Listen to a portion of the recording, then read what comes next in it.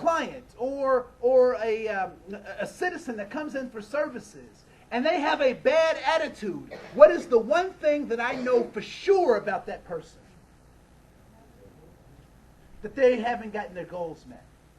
And so if I want to be a good customer servant, then I have to figure out what that goal is and help them accomplish it, or I have to help them what? Change their goal. All right? So these are some of my approaches, and you'll hear more about these themes as we go forward. I'm going to talk about what diversity is and what diversity is not. If I ask 100 people what diversity is, how many answers would I get? 100? Our attorneys say 200. Right? So if I'm a teacher and I give out a test and all of my students give me different answers, should I be concerned? Yeah. I should be concerned, right? And so if we can all come up with these different definitions of diversity, we should be concerned that this one word can mean so many things, which also means that it means nothing. It's lost its meaning, all right? So how many people have been in a diversity training before? Okay, I got a lot of hurts to heal, right? So we'll keep going. So diversity is not political correctness. We did a really good job in the 90s of pausing people before they said dumb stuff. But what do we know about political correctness today?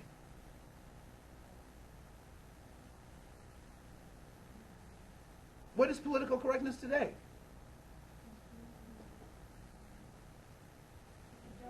It's a joke, right? And it's funny because I was at the elevator and I heard some people talking about one of my friends, and I could tell who they were describing, but they wouldn't use a descriptor to describe him, so they were like, it's the guy with the arms.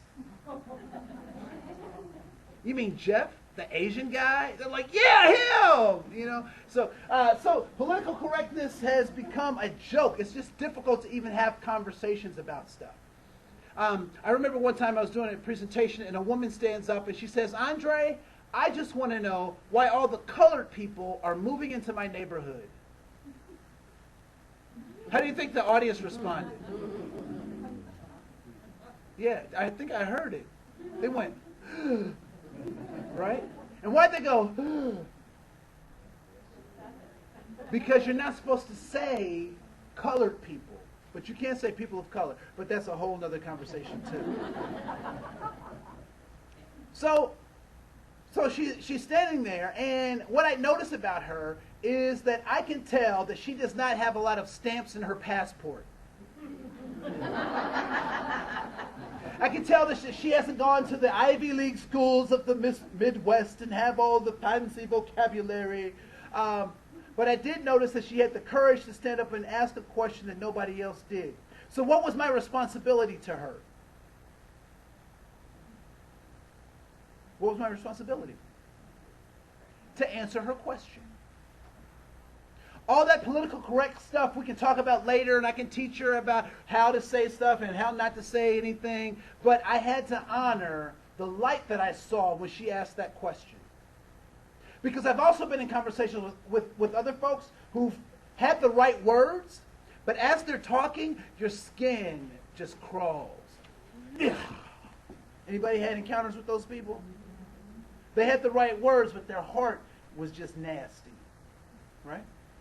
So diversity is also not about black and white, and it's so funny. People are always like, why do we keep going back to black and white? Why do we always got to talk about black and white? There are other people in the blah, blah, blah, blah, blah, right? So they keep going on. But what I want to offer us is that black and white is a racial construct that we've created, but it's also a really good metaphor for us to think about how to relate with ideas in terms of black and white, and how do we create those gray spaces.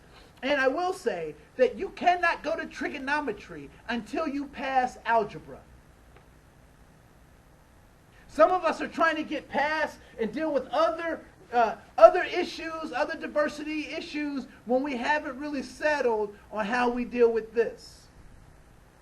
And so there are lessons that we can learn, because we may not get all the way there. But there are lessons that we can learn from our black and white relationships that we can add to the discussion about sexism, that we can add to the discussion about homosexuality, that we can add to the discussions about religious bigotry, right? So there are lessons to be learned through that black and white.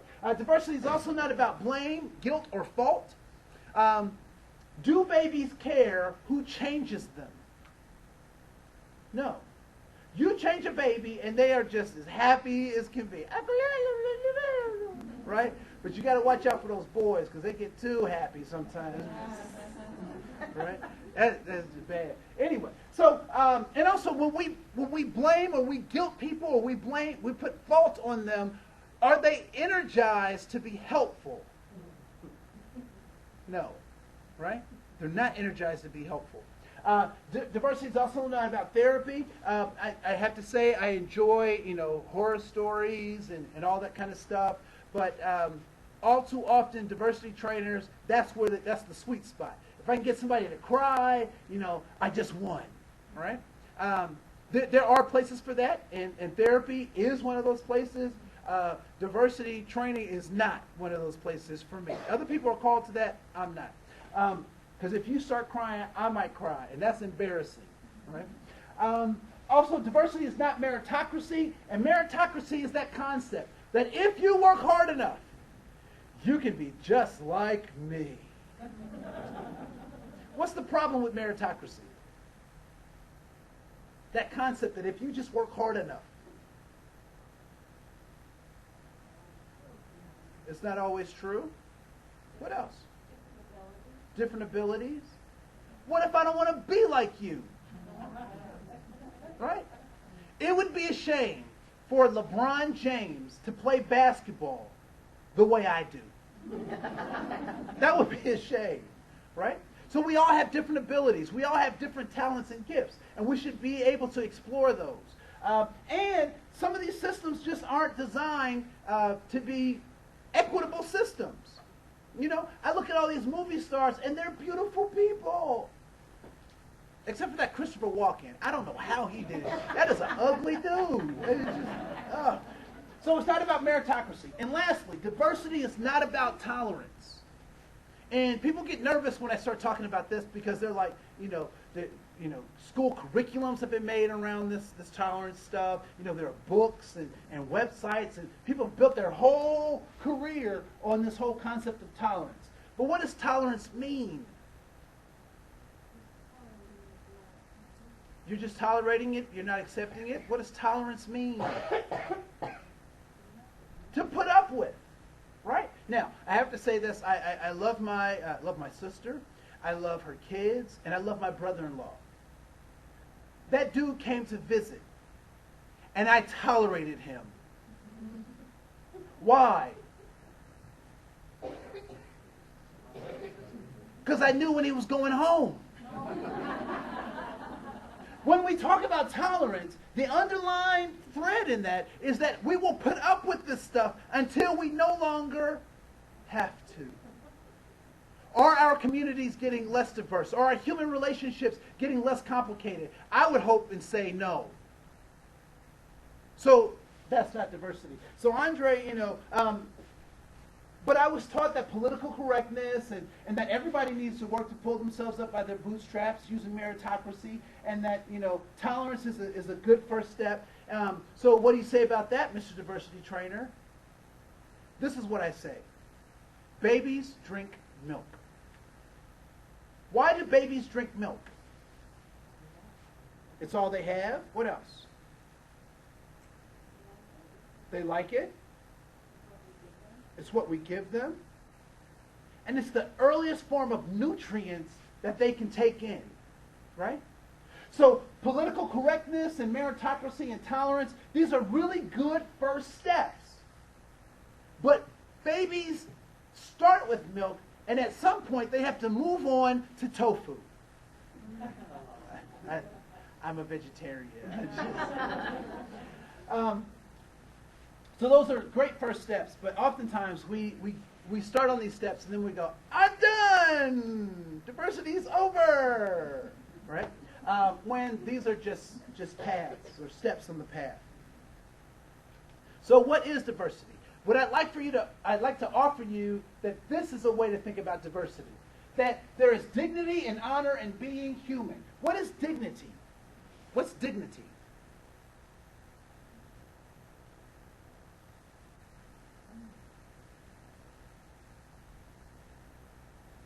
What's dignity? Self-respect. Dignity. It's what? Poise and grace. Pride. It's pride. Dignity. It's the way you present yourself. All right? Is dignity something that you have or something that you can give? It is in fact both. It was a trick question. Right? So how do I give dignity to someone? Respect? Okay? How do I give dignity? I respect them. By the way I treat them. Okay? One of the things that I have discovered that at the core of dignity is honoring another individual's existence. That the mere fact that I honor your existence, I am giving you dignity. In South Minneapolis, there are a bunch of folks who hold up these cardboard signs. I don't know if you guys have them out here.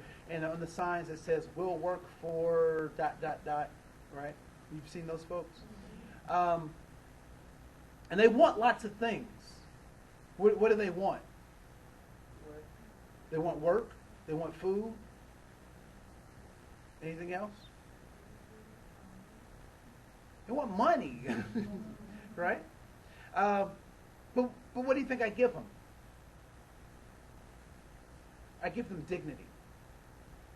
When I have time, I roll down the window. Or sometimes I just crack it, and I ask them their story. Like, what's going on? Why are you out here? What's this about?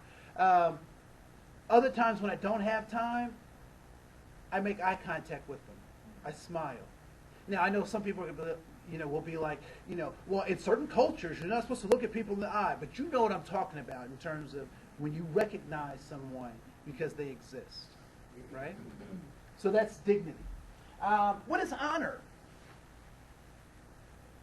What's honor?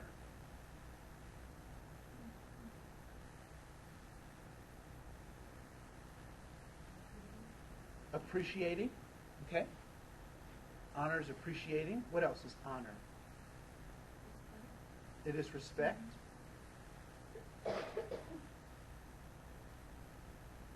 Honor. Recognizing value. All right? Senator Obama. Senator Obama. Senator Obama is downtown Chicago. I see Senator Obama. And I say, "Hey, what's up, OB?" That's what I call him affectionately, right? So I see him and I say, "What's up, OB?" And he says, "Hey, Andre." And so I give him a high five, and we do the whole hand thing that he does, and then exploding fist bump, right? I just gave Senator Obama respect. Senator Obama now becomes the highest office in the land, President Obama. So how do I greet President Obama? I don't. But if I tried to do it like I did for Senator Obama, it might look like this. "Hey, what's going on?" Right? Because Secret Service would be all over me unless I was in Florida, but that's a whole other conversation. So why do I have to treat this Obama person differently now that he's the president? Because of the status. Because the office requires honor. Right? So who in our society have we decided or we said that we will honor? Give high respect to? Firefighters, police officers, who else? Our parents, right? older people, seniors, right? We said we will give them honor because they've done things on our behalf that we couldn't necessarily do for ourselves, right? So honor is respect at a high level. Please raise your hand if you can say yes to either of these two questions. Raise your hand if you passed a test or purchased a ticket that made you eligible to be born on this planet. None of us are so good or so excellent that we were able to bring ourselves here. We accepted an invitation. I don't want to think about how that invitation came. That's disgusting. But we all accepted an invitation to be here. And we're trying to figure out how do we use our gifts and talents to create a better world or to leave our mark. That's what we're trying to be. And lastly, human. When I looked at the dictionary definition of human, I found two things. One, that human is a noun. It deals with being a biped, having opposable thumbs, a big brain, and a belly button. If you encounter a person without a belly button, be concerned. All right? So, Homo sapiens sapien, the ones who know that they exist, humans. But human is also an adjective. And what do adjectives do? They describe, right? So I need to say this because I don't know if there are lawyers in here or not, and I don't want to get in trouble. But in this next part, I'm not suggesting that animals don't have emotions. I'm not suggesting that animals don't have sentience, that they don't know that they exist. I'm not suggesting that animals, that all dogs aren't going to heaven, right? I'm not suggesting that. However, there are ways in which I expect human beings to interact with each other that if my dog did, I would be surprised. What are some of those ways that I expect human beings to interact with each other? To have conversations. What else? To share ideas. What else?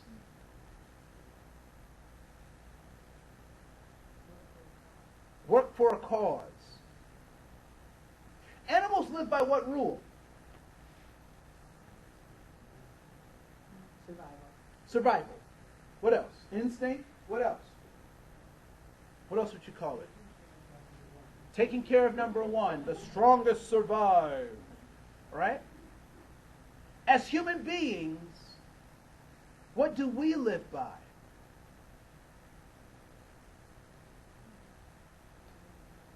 Morals and values, helping others. It's a little three-letter word. Starts with L and ends in all. We live by the rule of law. We say that there are things that we have the ability to do. I could do this. But because I am human and I'm living in civilization, I won't do that. Can you imagine a life where you were given dignity and honor for just being who you were? Not because you had to buy a certain kind of clothes or your hair had to be a certain kind of way, but all of your life, people were loving you and giving you dignity and honor because you existed. Can you imagine what it would be like if we did that to the people that we work with and work for? That we give them dignity and honor in being human. Just something to think about.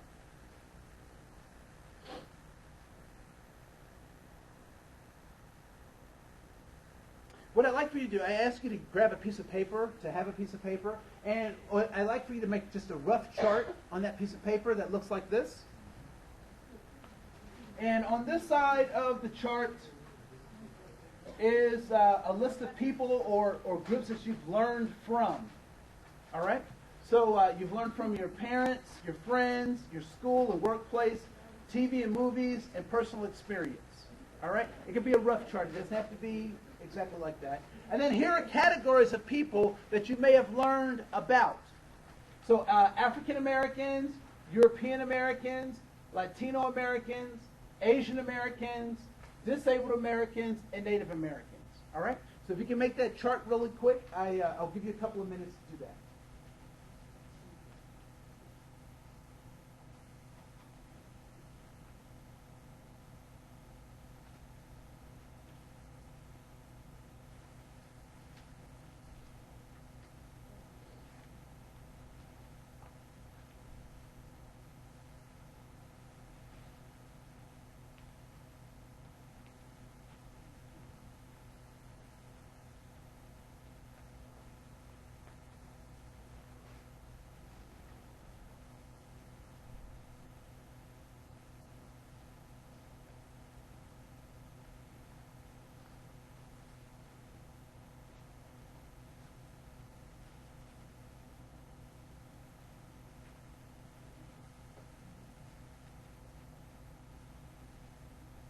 So the top is African Americans, next is European Americans, Latino or Latina Americans, Asian Americans, disabled Americans, and Native Americans.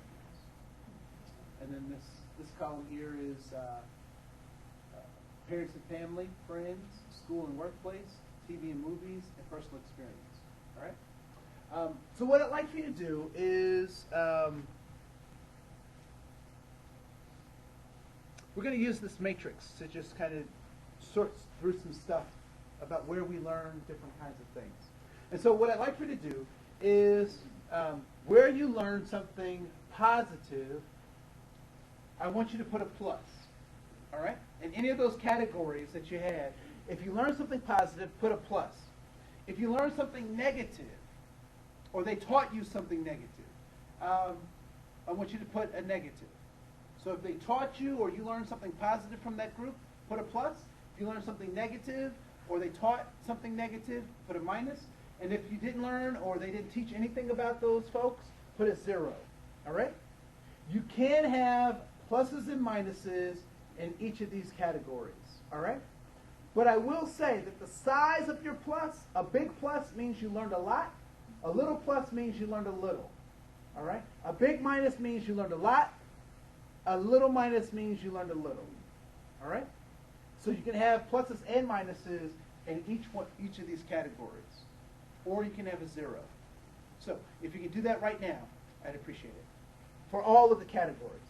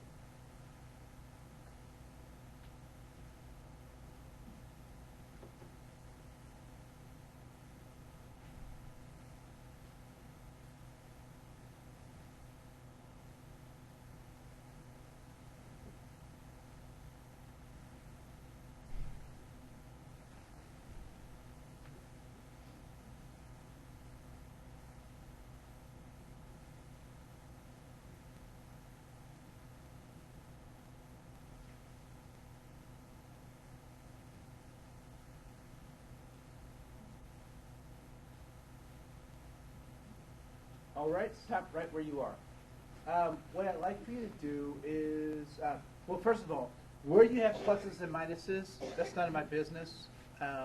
That's for you to think about. What I would like to ask you, though, is as you were filling this out, were there any thoughts that came to mind as you were putting pluses and minuses in? And what were those thoughts? Anyone? Yes, ma'am. I'm kind of old, and what I learned as a child is so much different from what I know now. So what you learned as a child is so much different than what you know now. Okay? Yes, sir.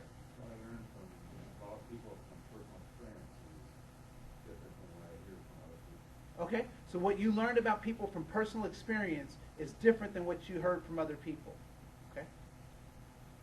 Yes, ma'am. That media doesn't make anyone look good. Okay, that the media doesn't make anyone look good. All right. I saw a hand over here. Yes, ma'am. My family friend and I circle of close different experiences, much like how TV and the media that I know that my parents and other parents grew up with old Western movies. Okay. So your circle of friends is much more healthy in a sense, I guess. Okay. Other folks. Yes, ma'am. In the back. When one of my parents and family put my parents on and my other family members in the class, and sometimes depending how I do this, they can't each other out. Okay. It was very strange. You know, my grandparents were very strange. It became fun relationship with my parents, or what my parents wanted me to know. Okay. So what your parents wanted you to know oftentimes counteracted or was different than what your grandparents or other family members knew. Did I see another hand? Yes, ma'am. I was just going to say, I think I noticed that my family and maybe my professional career people that I hang out with maybe have a very different perspective of some things because we grew up with different groups of friends and everything school. And I don't know, different groups we don't have different. Okay. So different groups just had different ways of looking at the world. All right. Anything else? What's that? Thank God that your parents were your only influence. Okay? Yes, ma'am. The media is really schizophrenic because they're not only negative, they do present positive views, but it just depends on the program Okay. that So, you're watching. so she said that the media can sometimes seem schizophrenic because depending on the program, and also depending on sometimes I think the Right. writers, they Right. will show different points of views. Okay. Cool. Yes, ma'am. And that my personal experience is very stunted with a lot of those categories Okay. compared to the culture I grew up in. Okay. So your personal experience is stunted as it relates to some of these other Yeah. groups and stuff? You know, maybe I shouldn't say stunted, but very limited Limited. in Okay. many ways. Okay.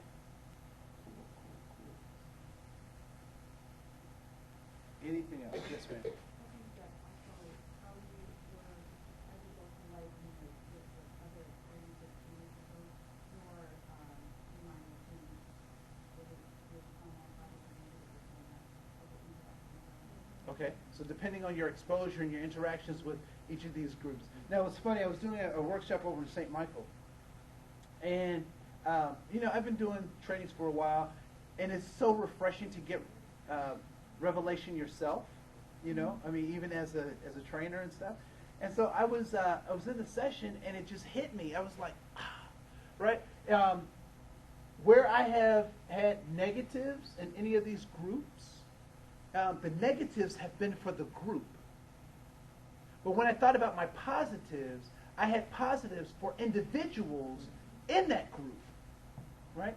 And it's easy to just write that off as to say, you know, I got a lot of work to do, blah, blah, blah. But I really think it's an opportunity to say I have one positive in that group, which means that I'm much more likely to be able to multiply that one by one than if I had none at all. You know? And so I just thought that for me, that was just like, wow. Something to think about.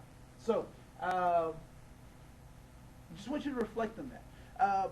And a lot of times, it becomes real easy to blame the old folks for teaching us what they knew. Right? It becomes easy to blame us. But why do they know that? Because that's what they were taught. But why were they taught that? Remember the child falling down? Why is he doing that? Because it worked. It was a tool that they needed for the time. Now the problem is, if I try to take a tool that was used, if I try to take a tool that was used back then and try and use it now, I'm going to have a problem because I'm out of time. Right? You know, if I take one of those big old floppy disks, and some of you guys know what I'm talking about, right? And I try to put it in my computer, there's no place to put it in my computer, right? So you can't fault me because this is the only tool that I had, but what you can do is what? Teach me how to use a new tool, right? Teach me how to use a new tool. So, I'm going to show an excerpt from a television show called What Would You Do? Many of you have seen this on ABC. This particular episode I find pretty fascinating, and I won't belabor the point because I'm trying to get us out early. All right?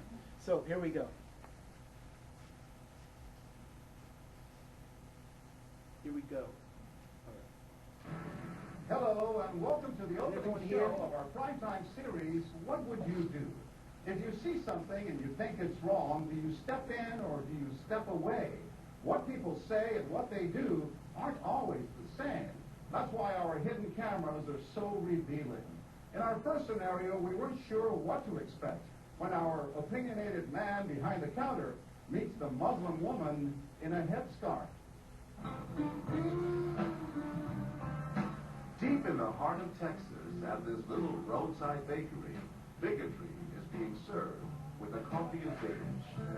They're all Muslims. No, ma'am. We don't serve Muslims here. I'm sorry? This is America. We're at war with your people. I don't know what you think I am. I'm just trying to get an apple. Well, you're a terrorist, is what you are. So, Excuse me? you gotta take your business elsewhere. We don't serve your kind here. The other customers at this bakery near Waco seem to hear everything, but they barely look at the Muslim woman, even when the language is tough to take. Get back on the camel and go back wherever you came from. Sir, I'm an American. I was born and raised No, in you're this not. country. Americans don't wear towels on their head. Muslim Americans say these are words they hear all the time in all parts of the country. But here at the bakery, what the customers don't know is that this Muslim woman and the man behind the counter are actors. The bakery is working with us, all part of a primetime hidden camera experiment on prejudice and patriotism. Please take your business elsewhere. Am I asking too much? When no one even tries to help her, she makes a direct appeal. Sir, would you mind ordering me an apple strudel? That's why I'm here. I can give you the money. I'm not Please no, sir. I'm not gonna let you have it. But when he gives her the cold shoulder, she finally just leaves. You could have helped her out. You could have spoken up. Why not? Me speak up for her? What if he tried to do some harm to her or something, then I'll look out. But why not try to set him straight? I really think that a person that owns his own business should be able to say who they sell to. She's not American.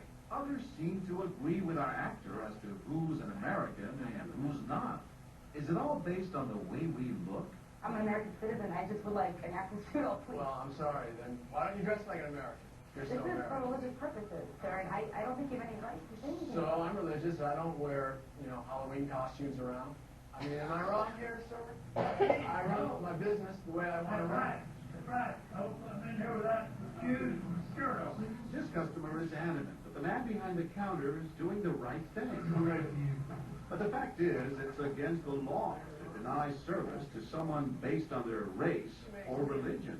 My name is John Quinones, and I'm with ABC News. What did you think of what you heard here? I didn't hear anything racist. He told her he wouldn't serve her.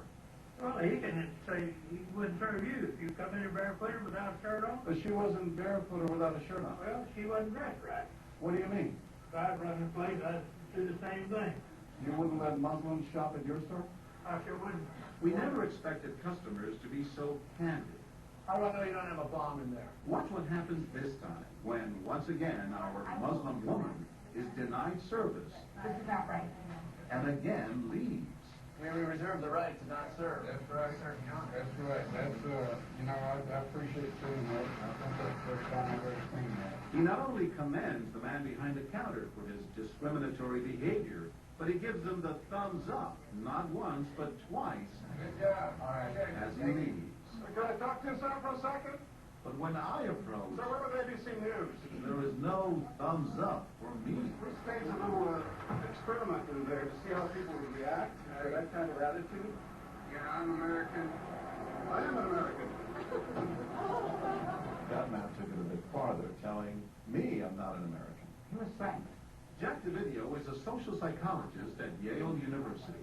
So when we as Americans feel threatened from the outside, we're going to define ourselves in very rigid fashions. Either you're with me, and if you're not really one of me, then you must be somebody else who's against me. The young woman in our experiment is an actor, but for this woman, discrimination is all too real. Nahaya Javed helped us design our experiment. Although born in Chicago, she says she's constantly characterized by fellow Americans as the enemy. They always start off with, you're a terrorist, Osama lover, towel head, camel jockey, on and on. While attending college in Texas, she says she continually suffered verbal abuse and has even been physically attacked just because she's Muslim. They assume I'm not from here, and if I tell them I'm American, they're like, no, you're not. Just because you were born here doesn't make you American. And I'm like, so what makes you American? It's a daily battle. And I don't feel like living in America, I should have to fight this battle. Meanwhile, back at the bakery, our actor is at it again. But how do I know you're not a terrorist? Terrorists look like you. But this time the customers are sympathizing with the Muslim woman. Right, I know, but can you blame me? Yeah, I can't blame you, actually. Why? What's the problem? Hey, we'll get out of here. Okay, sir. I'm a good American, all right? We're at war with these people. So is mine. And he's not the only one who walks out in anger. Excuse me? No, you're a bad American. Time and again, people speak out with their pocketbooks. But look what happens when this man threatens to leave. You're not a good American, sir. I believe I am a good American.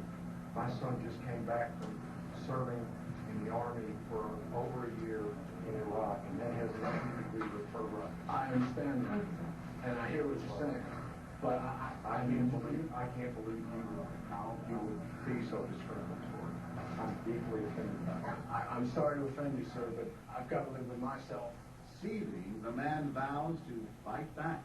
I will let people know this. I've stopped here every time I come by this place, and I'll never stop here again. Why did folks get so upset? They saw an injustice. It's justice that binds us together. It's justice that makes us a society. Any threat to that kind of sense of justice and fairness undermines the entire system. No, I'm not. Perhaps that's why more customers are outraged by our actors' hateful behavior than approve of it.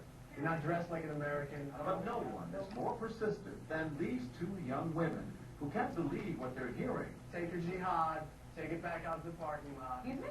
I mean, I gotta protect my customers, okay? You're really offensive and disgusting. Well, I'm sorry, I'm just trying to protect you here. Thank you. You You're don't know what's sick. happening. This is a How do you know? culture. These people are trying to kill Americans. Disgusting. It is my culture. So you're ready to serve me, but you're not ready to serve her. You're obviously dressed like an American. Big deal. She's Muslim. And unlike the others, they don't just leave in anger. They stand their ground. So you're going to regulate what people wear? Yes, because I believe Are you that the the Korean... manager? No, I'm not the manager. Can I speak to your manager? I'm talking to the owner of ABC News. It's only when we catch up with our heroines that they finally let their guards down. I'm with my friend who's, Muslim, and it's weird. I've just seen, how people treat them differently. And it really hurts. Just watching them stand up for what they believe in touches Professor DeVideo. In a way, they defended America. And I was impressed by that, because they wanted this to be a just society, a just place, a just bakery. I'm talking about... And remember this man whose son served in Iraq? He's also moved to tears. Every person deserves to be treated with respect and dignity, no matter whatever situation, no matter how they're dressed. Never have we seen reactions so polarized, from a thumbs up for prejudice to an emphatic thumbs down. So, two different Americans, both convinced they're patriotic. At the end of the day, 13 people stood up with a Muslim woman, while 6 sided with the clerk. But the majority of the bystanders, 22, did or or said absolutely nothing. That's what's most frightening to Muslims like Nahayat, who was watching our experiment. In fact, so frightening that they often avoid going out by themselves. It's really sad because I'm old enough to be able to do things by myself. I shouldn't need a chaperone all the time. But that one time that I'm alone and something bad might happen, I'd rather be safe than sorry. It's no wonder this young woman was so moved by the people who came forward to protect a stranger who just happens to be Muslim. It was so much good, and I wish more people would do these types of things. And I do too. it would make my life a lot easier. I'll go with you. All right. I'd like for you to write down 3 words as a response or a reflection of what you saw in the video. Write down 3 words.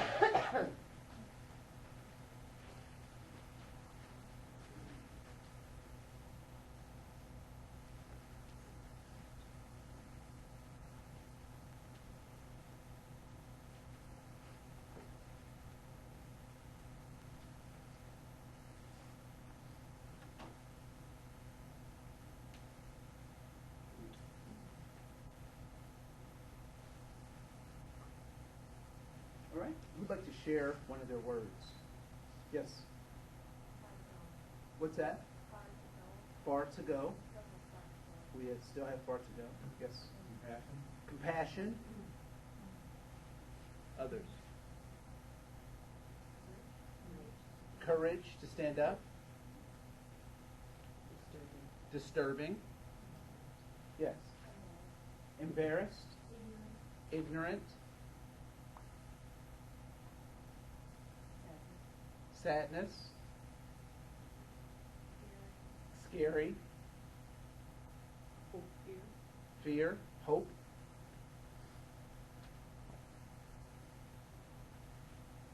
Cool. So they talked about the 6 that were negative towards her, the 13 that stood up, and the 22 that did nothing. All right. So I want to talk a little bit about the negative 6s. What do we typically call those folks? Those negative 6s. What do we call them?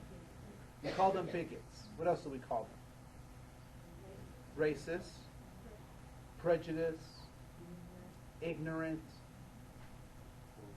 closed-minded.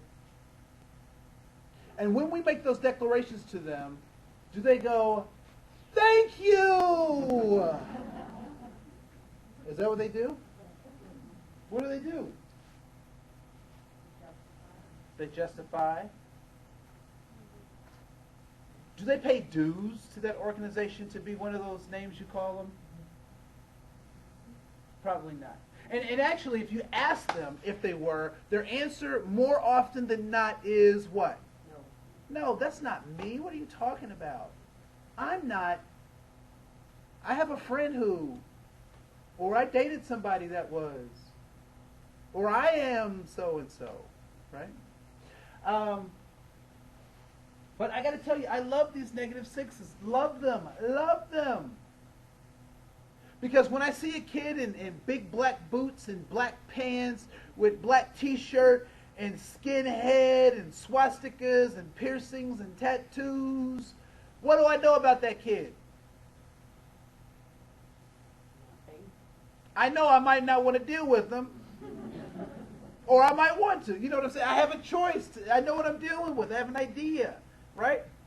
That's the first thing I know about the kid. What's the second thing that I know about the kid? I know that this kid was not born like that.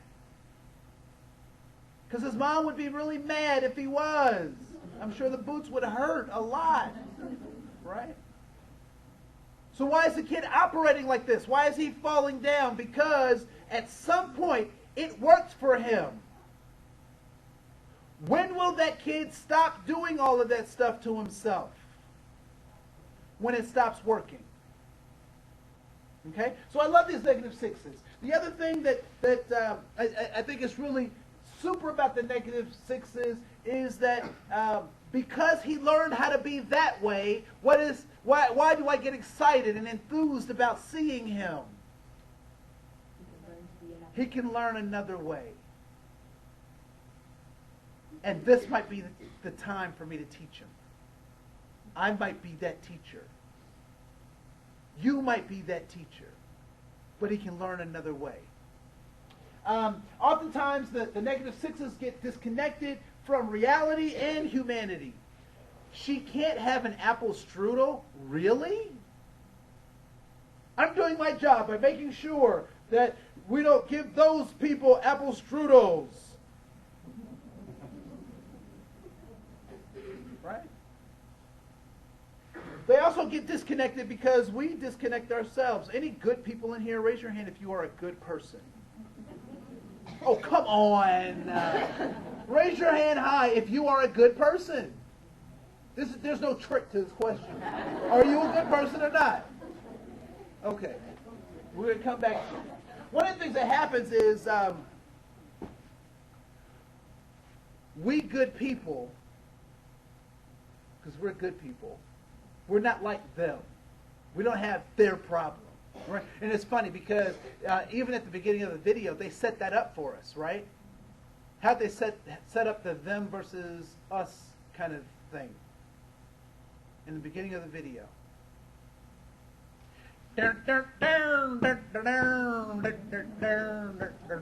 Deep in the heart of Texas. Right? Just with that music, what were they trying to say? What were they insinuating? That they're hicks, they're rednecks, that they're backward, that they're blah, blah, blah, blah, and that because we're watching it, and particularly us in Minnesota, we're obviously not like that. Right? The truth of the matter is what? People are people, right?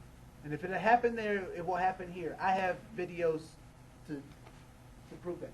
But what typically happens is, as good people, we say, ooh, I do not want to be around that. Can you believe that they said that? So I must cut off Uncle Joe because he tells those inappropriate jokes. He says those things about those other people. Uncle Joe is just out of the box. He's OC, out of control. So I must cut myself off from Uncle Joe because I am a good person. That's what we typically do. Right?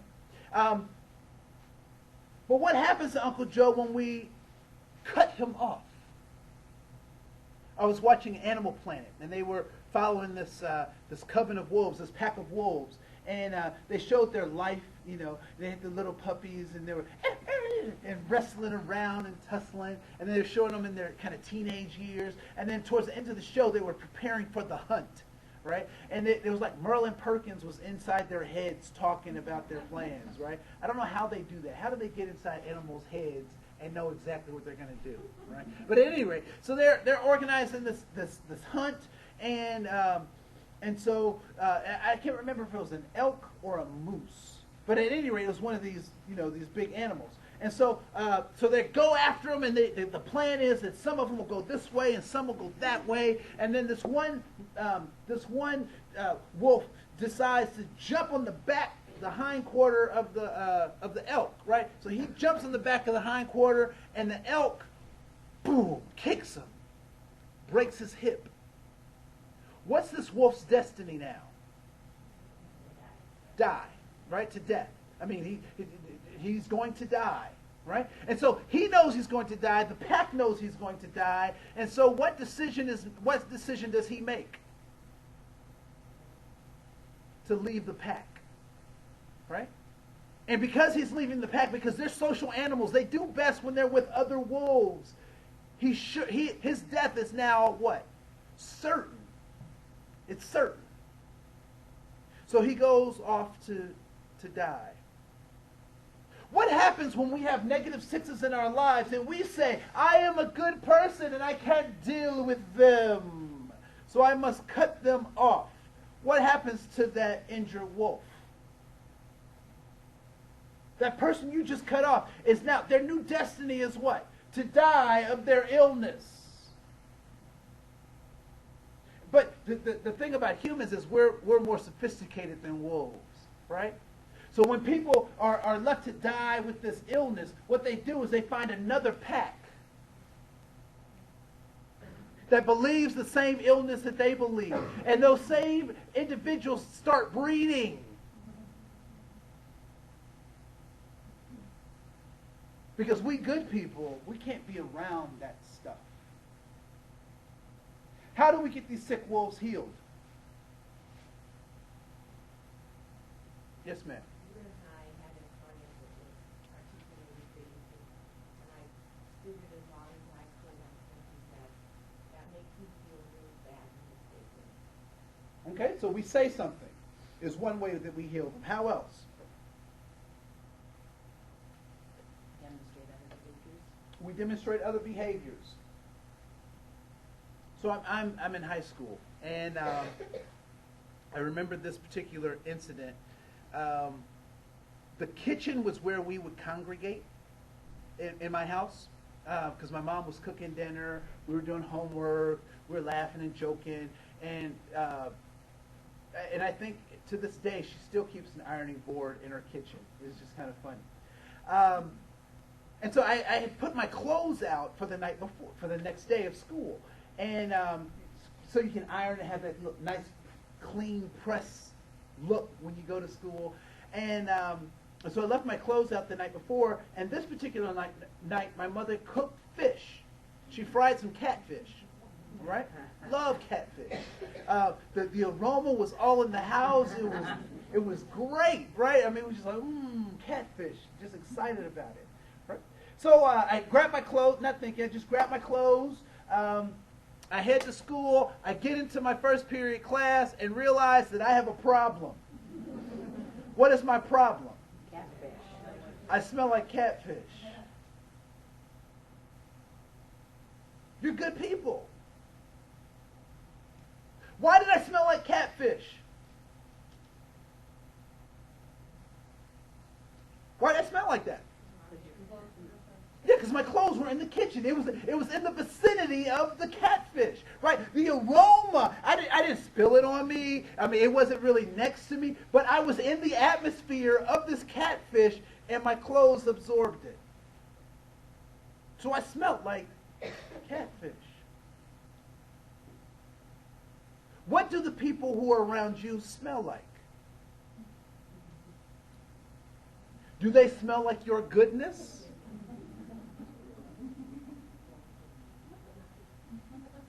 Are they in the vicinity? Are these negative sixes in places where some of your goodness can rub off on them?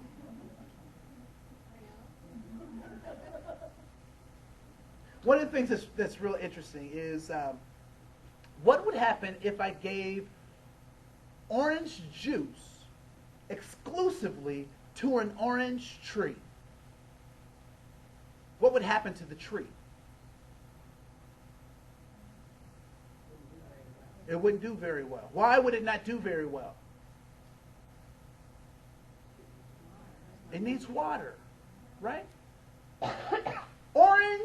Oranges are not for the tree. Who are the oranges for? For us. The oranges are for us. And it's so funny because as good people, what we typically do is say, I am so good, I am going to keep all of my goodness to myself. Because that's how I maintain my goodness. But your goodness is not for you. Your goodness is for somebody else. And here's the thing that we sometimes forget, particularly in Western society, is that all of our gifts and talents we try to use to build ourselves up so that we are important and educated and make money and comfortable, when in fact our gifts and talents were given to us to give to someone else. Because the funny thing is, when I give my gifts and talents away and other people are giving their gifts and talents away, guess what I receive? Other people's gifts and talents.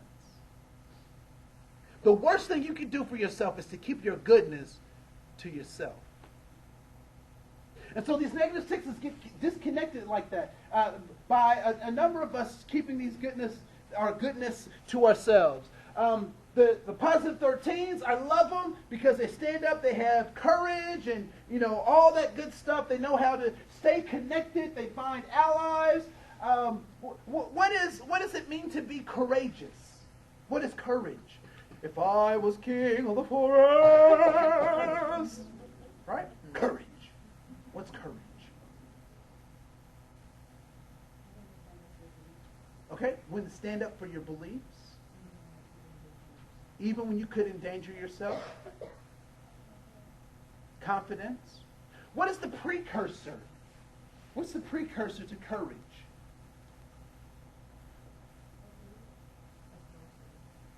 Fear. You cannot have courage without first having fear. Any servicemen or women in here? Anyone in the service? Armed service? Okay.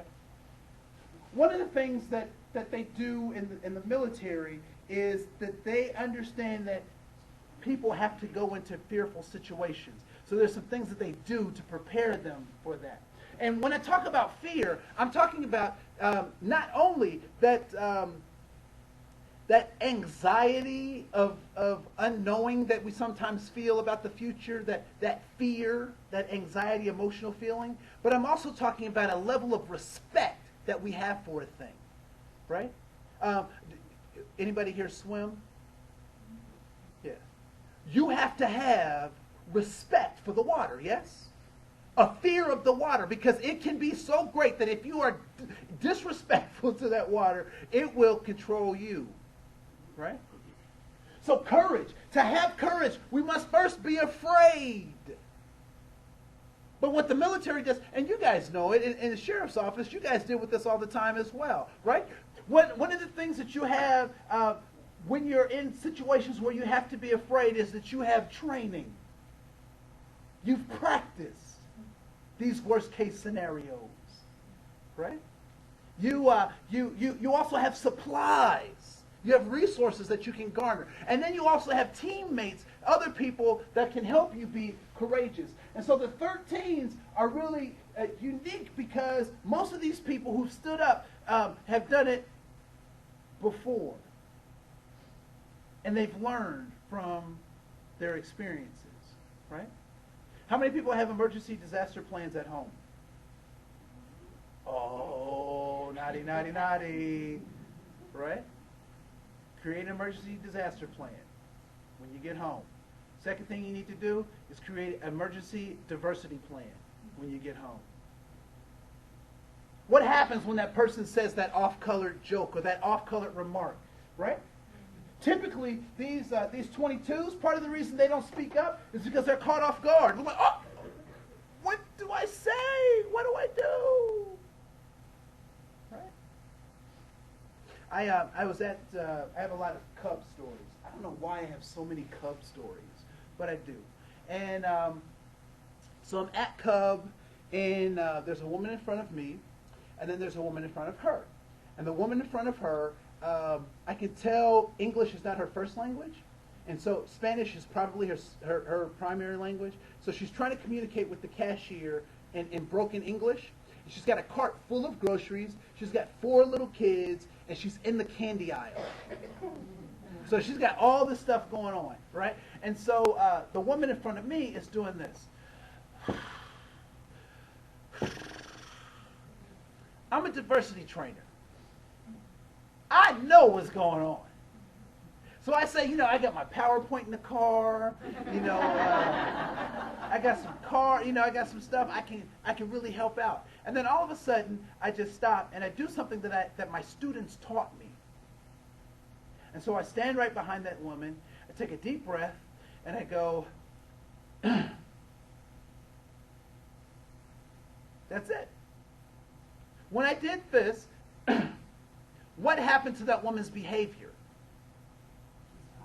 She stopped doing what she was doing. Why? As much as we want to be on America's Top YouTube or whatever, nobody likes to be watched. And so when we talk about these 22, they allow their unpreparedness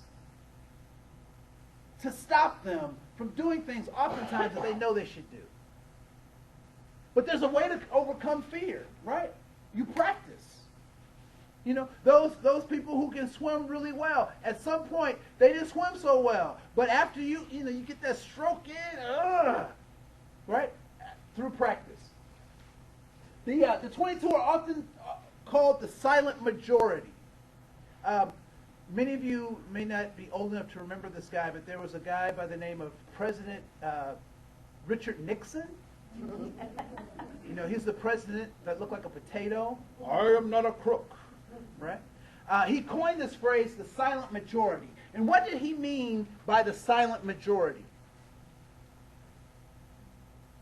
Anybody heard that term before? The silent majority? So what is the silent majority? It's what? Okay, the people who sit back and don't do anything. Who don't voice their opinions. The silent majority. So I'm on a board of an organization. Anybody on a board of an organization, either volunteer, okay. So in these organizations, we typically, when we go to make decisions, we use this thing called Robert's Rules of Order. We use Robert's Rules of Order. And in Robert's Rules of Order, what the chair does is they call the question, which means we're going to make a decision. And so when the chair is going to call the question or we're going to make a decision, there are 4 ways that we can respond when that question comes. The first way we can respond is if we agree, we say what? You say aye, yay, I agree, right? That's what you say. If you think this is the dumbest thing you've ever heard in your life, you say what? You say nay, no, I don't agree, right? So you said yes, you said no, and then the third way that you can participate in this is by saying, I have some kind of conflict of interest. This is not in my best interest or the group's best interest for me to be a part of this process. And so I say what to the secretary? I abstain, right? So yay, nay, I abstain. And what's the fourth way that you make a decision using Robert's Rules of Order? You say nothing. And when you say nothing, what message is conveyed to the rest of the group?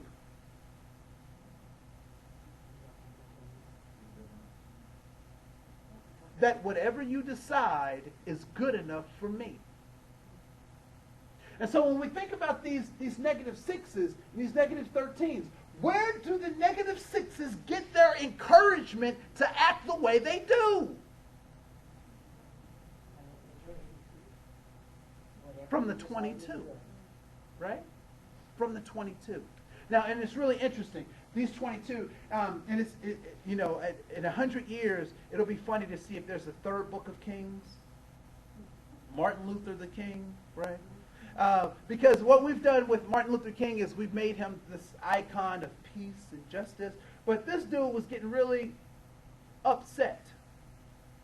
He was really getting upset because he kept going to jail, for civil rights, and he was doing all this stuff, and he was getting mad. And he mostly got mad at people who he considered to be 22s.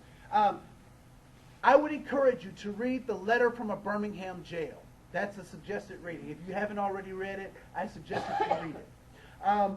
Because what Dr. King starts to talk about is he understands those people who do not want justice. He understands them. He can understand what their motives are, that they don't want to give up power, that they fear all of this stuff. And he can respect that. But he really has difficulties understanding these 22. Because he was asking his Christian brothers and sisters, why won't you do anything? And so it's a horrible place to be in a 22 spot. But I have to be transparent and be honest with you. There are times and situations where I see things, and even I am a 22, right? So we have to use, some sense of wisdom and that kind of stuff so we don't get squashed. But if this is the primary place that you operate from, I'd encourage you to get some connections. All right? So here we go. So it's easy to pick on the 22s. What I'd like to do is pass out some cards. And on this card, at the top of the card is ABC. We go every aisle. There's nothing past that.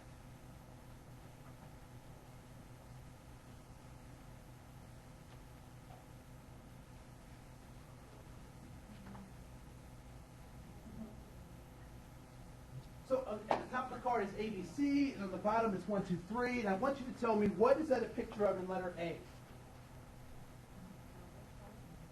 It's an albatross, okay? It's some kind of bird. A dodo bird, okay? I want to offer it to you that there is a bird, and there's an island with 2 trees, a person in a canoe, and a big fish.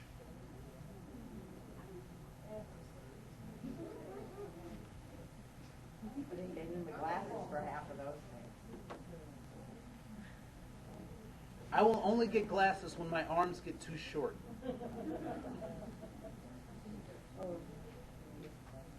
All right. If you don't see it, I'll go ahead and tell you that well, how many people see the island, the tree, and the fish and the canoe? Okay, cool. For those of you who currently see that second image, what 2 things that you have to do to see the second image? First, you had to turn the card. You had to turn your card either upside down or right side up, depending on how you were looking at it, to see that second image. So you had to be physically active in doing something. If I do what I've always done, what do I get? The same thing. Now, I did see something where people were turning their card, and they kept turning their card, and it looked like rotisserie chicken. So what was the second part of being able to see a different paradigm or a different way of seeing the world? What did you have to do? Stop and take a look. Shift your perspective and expect to see something different. Right? Let's go to letter B. What is that a picture of in letter B? It is a face, and it is also the word liar. Now, the interesting thing is that I can lock on to seeing the face, and when I see the face, I cannot see the word liar. So if I lock onto one way of seeing the world and say, this is how it's always been, then this will be the only thing that I see. Until I make a decision to change my mind. Right? So there's that. I'd like to go down to number 3 on the bottom and the right. I'd like for you to look for 3 shapes. One is that of a top hat.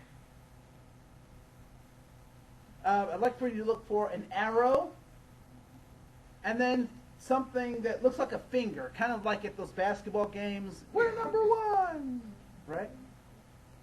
Oh, once you find those, I want you to circle them and tell me how they relate to American history.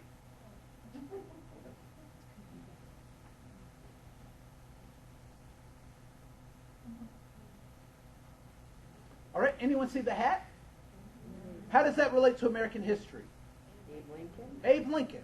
Okay, cool, cool, cool. What about the arrow? Anyone see the arrow? Mm-hmm. How does that relate to American history?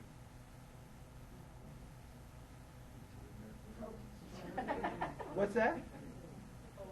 Bow and arrow? Okay, cool. What about the finger? Does anyone see the finger? Okay. Uncle Sam, we want you. All right. Is there anything else that could actually provide us with real concrete information?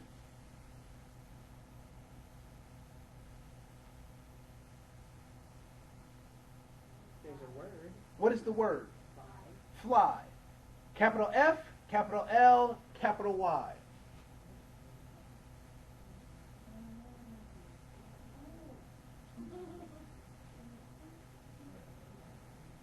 If you don't see it, I suggest that you turn your cards. The bird's beak is pointing towards the ceiling, And you draw a line under all of those shapes and over all of those shapes. And you should see white letters on a black background that say fly.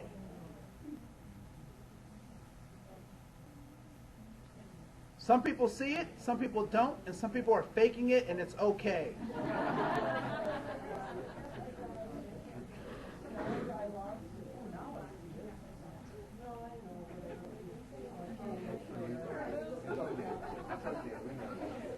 So for people who currently see the word fly, what was the obstacle to seeing the word fly? Okay, changing your perspective. You saw the shapes. Why were you looking for shapes? Because I asked you to. Is it possible that the people who have told us about the world, who've told us about how beautiful we are or are not, how smart we are or are not, could have been telling us information that was designed to benefit whom? Themselves. So when I think about the things that I was taught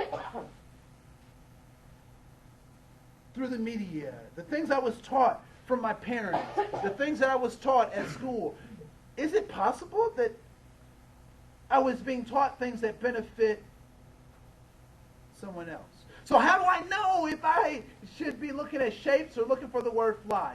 First, you must have goals for yourself, or you have the wrong attitude. The other thing is, do these shapes have anything to do with American history? No, they do not. How many people knew that? How many people were like, what is he talking about? These shapes have nothing to do with American history. Raise your hand high if that's what you thought. Raise your hand. Come on now. Raise your hand if you thought I was crazy. Okay. How many people said something about it? One of the things that I am going to need from you is I am going to need you to be brave, to have courage, to take the fear, swallow it, and do it anyway. To fight battles for me that I will never know exist. Because guess what I'm doing for you? The same thing. It's real easy for us to get caught in this 22 trap to think that if we don't do anything, nothing will happen. Because that's a self-fulfilling prophecy. If we don't do anything, nothing will happen. The saddest day for us as human beings will be the day that the smallest person in our society doesn't think that they can contribute because they only have small things. All of our small changes, all of our talks, all of our hugging of other people's kids, of our own kids, leads someplace. And I think it's a beautiful place. Last story, and I'll let you go after this. So I taught high school, and we had gotten to the place where we figured out in our high school that the kids would do better if there were certain classes that were gender specific, right? So health class was a gender specific class, and there were some other classes. And so I taught leadership, and so I had the chance to bring the kids together, and we're going to talk about gender equity is what we're talking about. And so we did, some of the things that you guys have done today. We showed some different kinds of videos and that kind of stuff. And so going through all of this stuff, and one of the boys stands up and he says, when I look at a girl, I look at what's on the inside. Right? So all the girls are like, oh, and the guys are like, oh man, all this stuff. And so the girls leave. The session's over. The girls leave. I'm at the whiteboard writing up the reflection questions, and I hear the same voice say, "Man, did you see Keisha's booty?" And then I go, ugh. But then it hits me that the 45 minutes that we spent doing those activities was a warm-up for the 10 minutes that I have with these boys. And so in that 10 minutes, we talked about what it is to be a man and to be in a relationship with a woman, and how to treat women who we're not in relationship with equal and strong and all this stuff. So I got a chance to impart some of this manhood into these boys. And then I started thinking, and I'll ask women first. Women, how often do you talk with other women about sexism? Does that ever come up? I mean, either being persecuted by it, overcoming it, experiencing it. Does that happen pretty often? You can shake your heads, yes, no. Okay. Do you have those conversations with girlfriends? Okay, cool. Got enough heads. All right. Gentlemen, how often do we talk with our male friends about sexism? Being impacted by it, our sisters and mothers being impacted by it, girls, people that we know being impacted by it. Man, how many conversations have we had about like that? Do you think there might be a problem with that? Half the problem's not talking about the other half of the solution, right? But that got me to thinking. I was like, well, what if black people got together and we talked about how to relate to white people better? What might that look like? And then I started thinking, well, what if Hmong people got together and started thinking about how they relate to Ethiopians better? And then, better yet, how would the world be if white people got together and talked with other white people about stuff like this? How often in your family gatherings have you talked about racism? When people say, well, that's a touchy subject, I don't want to... If you can't talk with your family about it, how are you going to talk to a stranger about it? Right? And I'm not saying you have to have answers. And I'm not saying you have to, have fights with folks. But I think it's essential that we start looking at how we can be impactful, not with other people, but with the people closest to us. How do I bring Uncle Joe back into the fold? Now, I have to have some barriers with Uncle Joe. There's some stuff, Uncle Joe, don't do that. But I have to keep Uncle Joe close to me so that some of my good fragrance will rub off on him. My name is Andre Koen. I appreciate your time. Thank you so much. And I think we got out of here just a little bit early.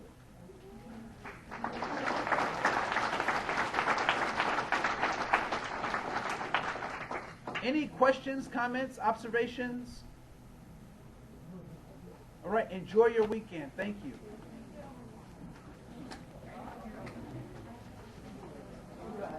Do a lot of presentations? Actually, you can just write on the... Oh, no, here. Oh, I got a